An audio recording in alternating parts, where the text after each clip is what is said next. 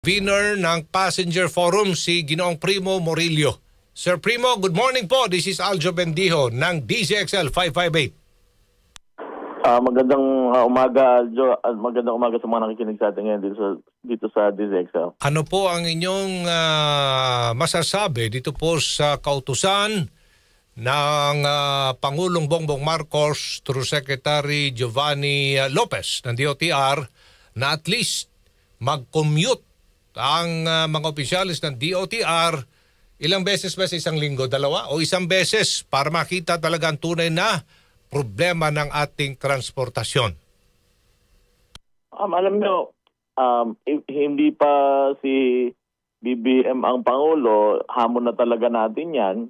Kasi kailangan talaga masubukan, maramdaman first hand ng mga transport workers, no, I mean yung mga transport DOTR employees, no, yung mga government employees na nasa transport, yung kalagayan ng ating public transport.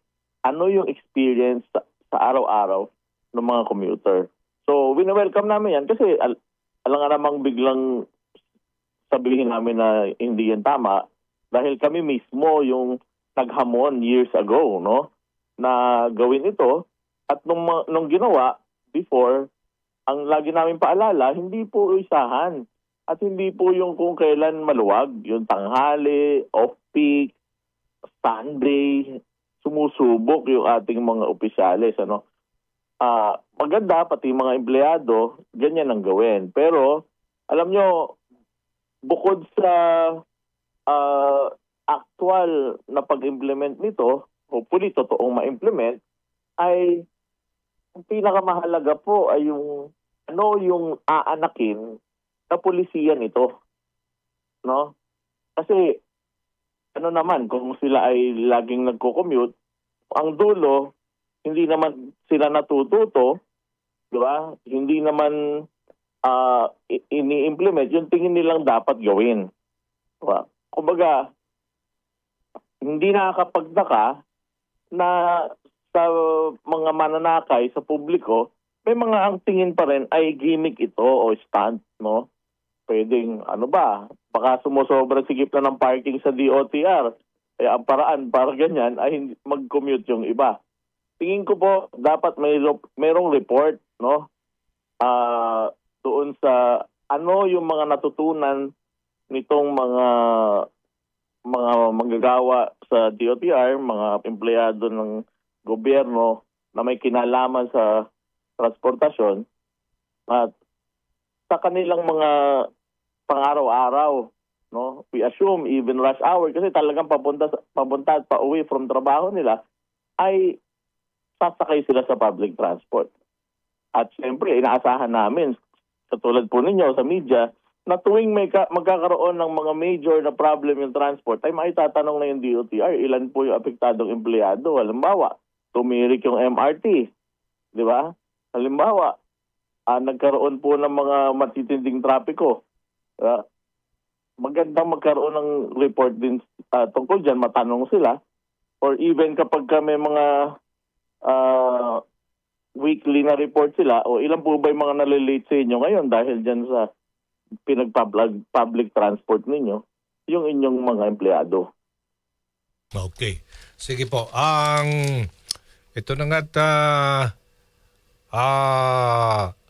road and rail officials are also required na mag-submit ng weekly accomplishment report.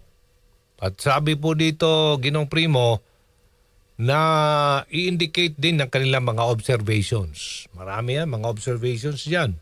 Ang kanilang recommendations, ang kanilang mga plano or plans of actions and proof of compliance. So malaking tulong din siguro ito, at least lang at masisilip, no? On the ground ang ating po mga opisyales ng Department of Transportation, lahat na ito LRTA, LTO, LTFRB. O yan. Then itatap din yata ngayon ni Secretary Lopez ang tulong ng Philippine Coast Guard. I-deploy din to sa mga area kung saan nagkakaroon tayo ng problema sa traffic. Commonwealth Avenue and hihingi din ng suporta sa Metropolitan Manila Development Authority. Kasi parang ano talaga, ang commuting parang it feels like a punishment na and very exhausted dahil po siguro sa traffic. Sir. Hindi po talaga yung epekto ng pumapangit na public transport. Hindi maganda yung experience ng mga kababayan nating mananakay, no? Kaya po hindi nakakapagtaka for the past 2 years, noong 2023, ang car sales po nasa 450,000, nasa 1,200 per day po, ibig sabihin yung binibili ng mga Pilipinong bagong kotse. Nung last year, tumaas po yan to 1,300 per day. Yan yung isa sa mga paraan ng mga tao na parang kahit na mahal, kahit na hindi nila sigurado, at sigurado tayo, maraming nahihila, no? Dahil hirap na hirap sa public transport, sumusubok magkaroon ng kotse. At ang epekto, ang sikip po ng trapiko. Kumbaga, napupunta po yung ating sitwasyon na sumusubok yung mga tao magkaroon ng kotse, pero ang magiging itsura, sisikipin daloy ng trapiko, nagwo-worsen lalo. At ang tanging paraan para maging maayos yan, ay ayusin talaga yung public transport. Kasi po, kapag maayos yung public transport, unti-unti nating maa-attract yung mga may private na mga kotse na mag-public transport. Siyempre, hindi lahat, no? Pero, ganyan po ang subok ng formula even sa ibang bansa na naging problema nila ang matinding trapiko. Hindi paraan ng road widening, hindi paraan ang elevated expressways at kung ano-ano pa. Kasi eventually po, dadami at dadami lang din ang kotse. Ang paraan, paramihin ang tren, ayusin ang public transport even sa land-based, no? Katulad nung pagkakaroon ng mas marami pang parang busway, no? Yung ang tawag dyan sa ibang bansa na mas maayos na sistema, yung bus rapid transit, ano? Yan pong mga bagay na yan, yung makakatulong sa atin para po hindi malaki yung epekto nitong napakalaking problema natin sa traffic at transportation. No, na nung nagkaroon ng study yung JICA dati, ang sinasabi, mga 3.5 million dollars na po yung natin, ang nalolos natin dyan sa traffic eh. Pagka hindi po natin ito na-solve, aabot ng 5.4 million sa 2035. And hopefully, itong pag-ensure na yung mga empleyado ng DOTR, at sana hindi lang empleyado, pati mga opisyalis ng DOTR, ay mag-commute para makita po nila first hand ano talaga yung mga problema, ano yung dapat ayusin. Okay. Thank you po, Ginoong Primo Murillo, ang convener ng The Passenger Forum. Good morning. Good morning po at maraming salamat, Aljo. Maraming salamat sa mga nakikinig sa atin ngayon. Good morning. Thank you.